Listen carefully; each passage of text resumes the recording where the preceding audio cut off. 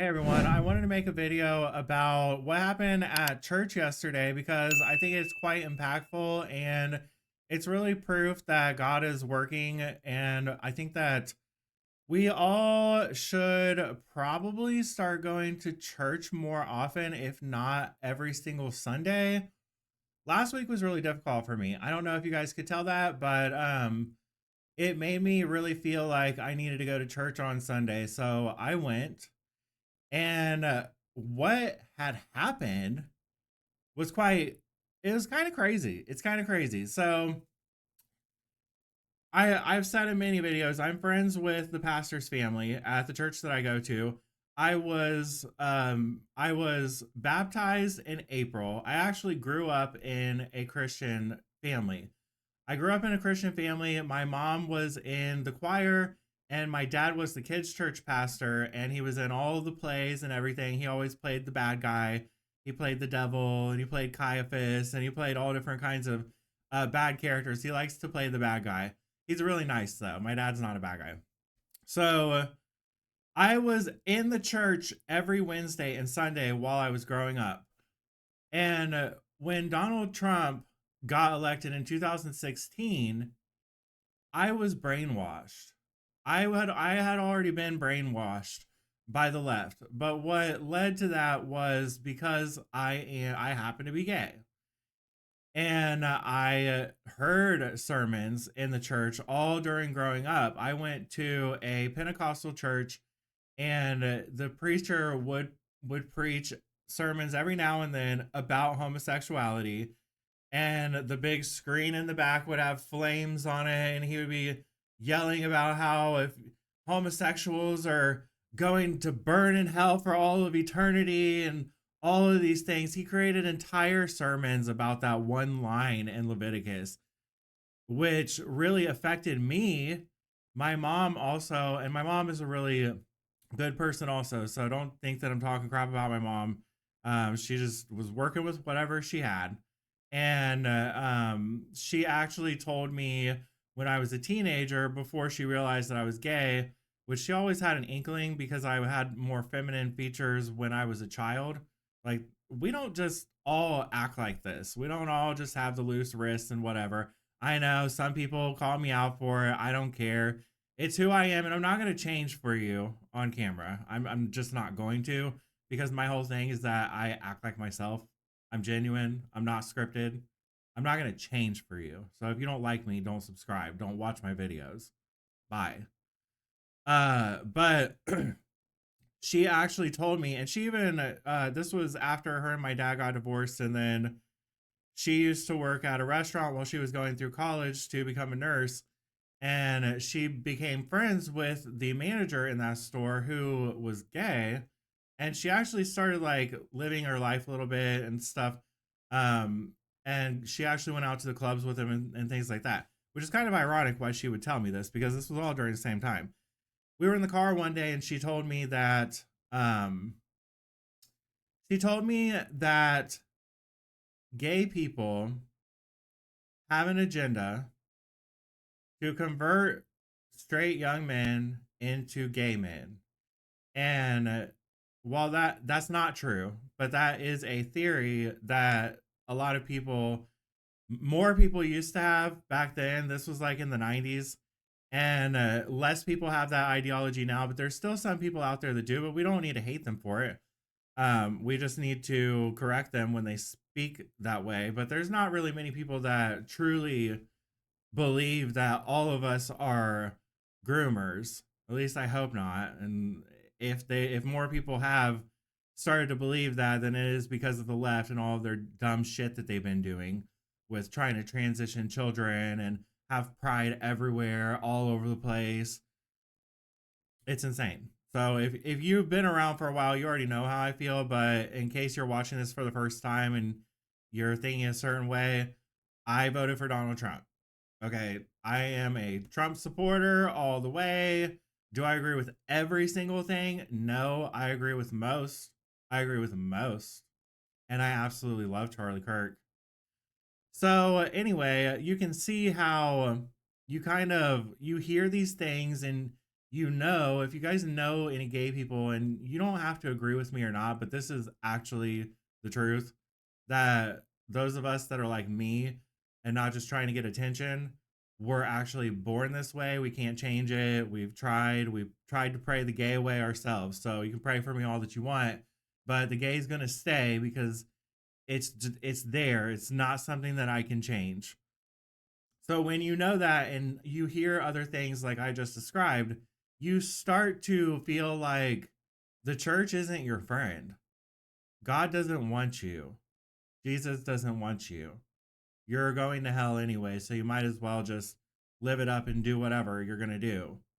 So I went down a path of craziness, leftist craziness. I used to dye my hair all kinds of colors when I was a teenager, only till I was like 15, and then I never dyed it again. But I used to wear the Jinko jeans, and sometimes I would put together like crazy Marilyn Manson outfits, which was, thinking back on it, is so embarrassing. But I became extremely indoctrinated, but I still considered myself a Christian for the most part. In fact, for most of the years after I was 16, I listened to K Love Radio only.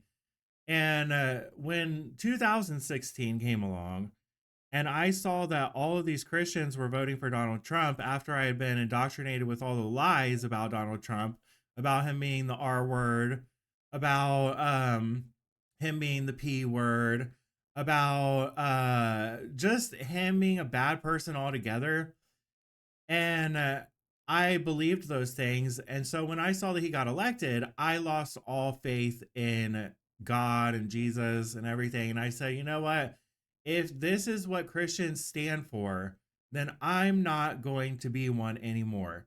And so since 2016, I denied Christ. I denied God. I denied that Christianity was anything that I wanted to be a part of. I did not believe in God at all. At all. I literally said that out loud to many people. And over the past couple of years, when I've been de-indoctrinizing myself because my algorithm broke, and I saw the video, like you'll see in one of my videos if you've not already, if you go back and watch, my algorithm broke for some reason one day, and it showed Sky News reporting on a drag queen story hour with a drag queen dressed in a thong and fishnets and high heels, no shirt, nothing else, no pants, nothing like that, doing an actual strip number in front of a crowd of parents sitting on the ground with their toddlers on their laps. That broke the floodgates wide open, because then I started looking up all kinds of stuff and my algorithm completely changed. And so eventually that led to me researching the lawsuits against Donald Trump, the claims against Donald Trump, and everything, and realizing that these were unsubstantiated things. These are things that were being used by the left to make people believe that he was a terrible person so they could remain in control. They were scared of him. They still are. And when I started to realize that, one day, I think I was sitting here in this seat, and I felt a physical weight completely lifted out of my body. I felt something leave. I physically felt it. I didn't mentally think it. I'm not like explaining how I was thinking. I actually felt something come out of my body and leave. And I believe that that was an evil spirit. I believe that it is a demon. And you can disagree with me if you want. You can, whatever. I don't care. It's fine. I don't control your life, and I don't want to. I believe that an evil spirit left my body that day. I believe that the level of truth that I learned was too much for the demon to function within my body any longer.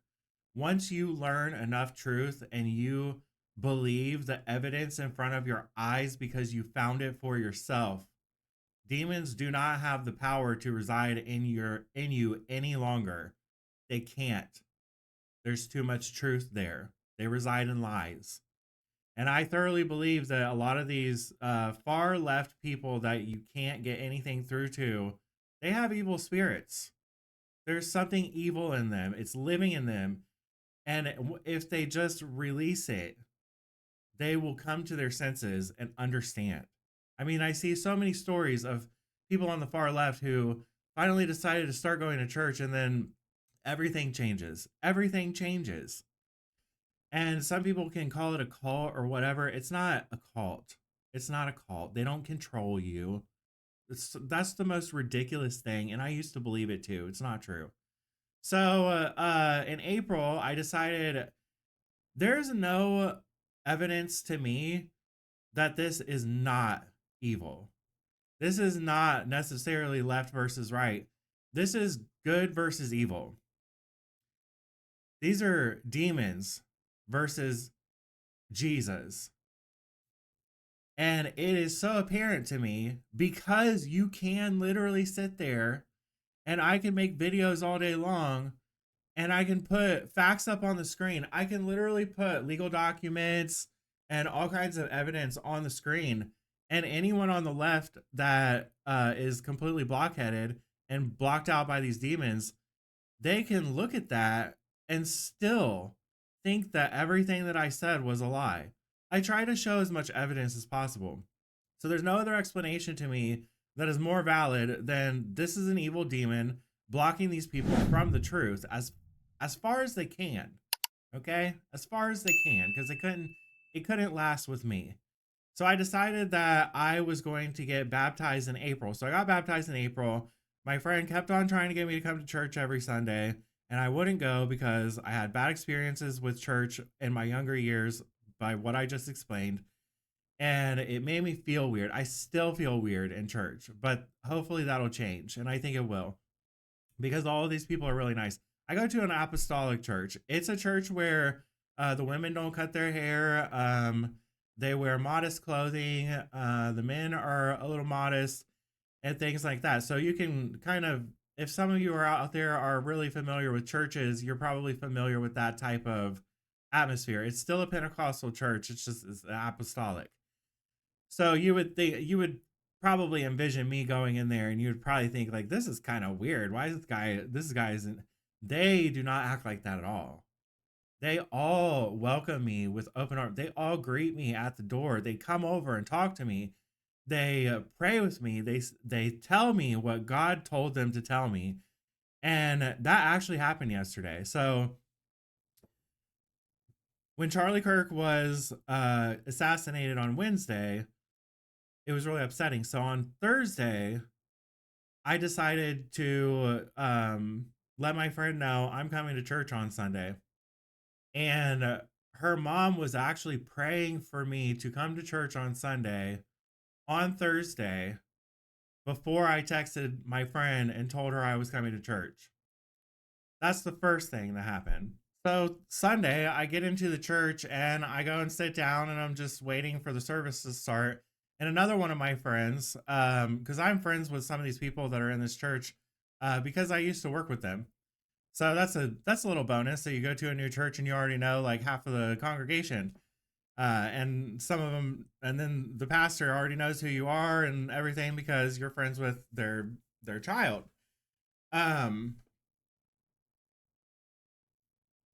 So my friend comes over and she almost starts crying, and she tells me that the night before, Saturday night, she was brushing her teeth and I popped into her head and she put the toothbrush down and she prayed that she would see me in church on Sunday. Then the pastor did the sermon and it was geared around Charlie Kirk's message. And it was a really powerful sermon, and it literally was about every single thing that I am struggling with right now, which I won't get into. But it was quite literally, very specifically geared towards everything that I am struggling right now. And I'm going to tell you, the pastor did not know everything that I'm struggling with right now. Okay. So he didn't necessarily make the sermon for me, but it felt like it was just for me. I could have just been the only person there and he could have been preaching directly to me. So that was really emotional, and then and really supportive because this is hard. Okay, this might look easy to you guys, but I have to learn. I didn't go to college or anything. I don't have any college degrees, and I exited school early because I hated school, and that's why I didn't want to go to college, because I hate school and I like to learn on my own. And I have to do hours and hours and hours of research on laws and listen to Supreme Court arguments and look up information and verify it to make sure it's true, because I can't just go on YouTube and listen to other YouTubers and know that what they're saying is true. You have to actually look at it. And so many YouTubers just, they see what Benny Johnson said and then they go and make their video and it's exactly like Benny Johnson's video. I try not to do that. I try not to do that. And I try to make sure I do enough research to know exactly what I'm talking about. And if I'm wrong, then I come on and I will tell you that I'm wrong. Okay. So this is not easy. This is a struggle. And with the fact that I quit my job last year, like it is a struggle, you know? So he was preaching directly to me. And then after the service, a bunch of people, well, three people, actually four people were so, they were so impacted that they decided to get baptized. And in this church, you don't need to schedule a baptism. They'll baptize you anytime, any day. Just say the name, say the word. So these people started coming up and they got baptized. One woman had never been to church before, never been to church before. But she was the mother of one of the churchgoers that had started going there recently, and which is completely changed his life. One of them was a person who, this is the powerful one. So one of them was a guy who just got out of prison last week, and then he went. There's a recovery service on at this church every week. He went to the recovery service because he had heard about it through some of his friends that he was kind of staying with, and some of the other people that he knew that had recently got out of prison. And so he happened to show up to this church. Well, he has a baby mama who just had a baby a couple months ago, and he has never seen the baby, and he was not in contact with her because he said that at some point he said he didn't want to have anything to do with their child. And so she didn't want him to have anything to do with her child. Well, he showed up on recovery night and his baby mama was there as well. He didn't know that she was going to be there, so he caused a scene. And but he ended up coming back on Sunday, yesterday, and he actually decided to get baptized. And he seemed like he was really affected by the service because he was crying and everything. And she would not let him hold the baby before this. So after he got baptized, sorry, I have to keep on stopping it because I don't want to cry on camera in public. It's not cute. So after he was baptized, he actually got to hold his baby for the first time. And he was very emotional about it. So that was very impactful after I learned the whole backstory of all of that. So after all of the baptisms, another one of the churchgoers, who I don't really know that well, came to me and she said, God wants me to tell you something. And I don't know what this is regarding, but God wants me to tell you that he's bigger than everything you're going through. So not only did Charlie impact me to go to church, the pastor's wife prayed for me to go to church. Then I decided to go to church. Another friend prayed to see me at church, and I ended up being there. I didn't back out. The sermon was directly related to everything that I'm going through, very specifically. I got to witness people go through some big momentous things in their lives. The other two people that were baptized were recovering drug addicts. And I think one of them actually also just got out of prison, if not several. So not only that, but then someone else came up to me and said, God's bigger than what you're going through, and he wanted me to tell you that. You cannot tell me that God isn't real.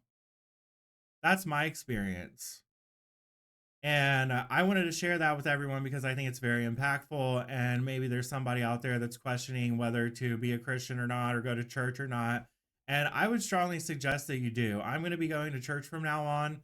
And I've seen a lot of messages from a lot of different people that decided to start going to church or start going back to church or go to church for the very first time or get baptized or make sure that they're going to church every single Sunday. There's a lot of people waking up to this, and it's really a positive thing to see during all the darkness that we've been experiencing. And I can witness to you that God is truly real. And then we went to lunch afterward, and it was really nice to spend some extra time and be able to relax a little bit because I'm a little bit more tense in church, and it's hot. It's hot in church. I don't know why, but it's too hot. I wish they would turn the air conditioner to like 68 degrees or 65 or something. I'm hot-blooded. So, but we went and we had fellowship. You won't hear me use that word very often because I think it's cheesy. But we had fellowship for a few hours, and I got to know the pastor a little bit better because I haven't really spent a lot of time around the pastor and his wife. But it was really nice to be able to go and converse with people that are like-minded and all of those kind of things. So I wanted to share that experience with you guys. Hopefully it brings a little light into your day. Let me know what you think. Share some of your experiences in the comments below. Make sure to hit the like button and subscribe if you're not already, and I'll see you on the next one. Only in America is it possible to say, you know what, I don't like the way the country is going, and to do something about it. Take that risk. Take that leap of faith. Stay involved. Trust God and act obediently. Romans 12:2 verse. That God will use all things for good for those who love him. It's bigger than you. I want you to remember that. It is bigger than you. It's bigger than me. You are here to make somebody else's life better, the pursuit of liberty and freedom. You know what gives me strength? The hundreds of thousands of you that say, Charlie, keep going. 1 Corinthians 5 and 15. So that's all pretty amazing evidence, not just intra-biblical evidence, but extra-biblical evidence that Jesus Christ was a real person. He lived a perfect life. He was crucified, died, and rose on the third day, and he is Lord and God of all.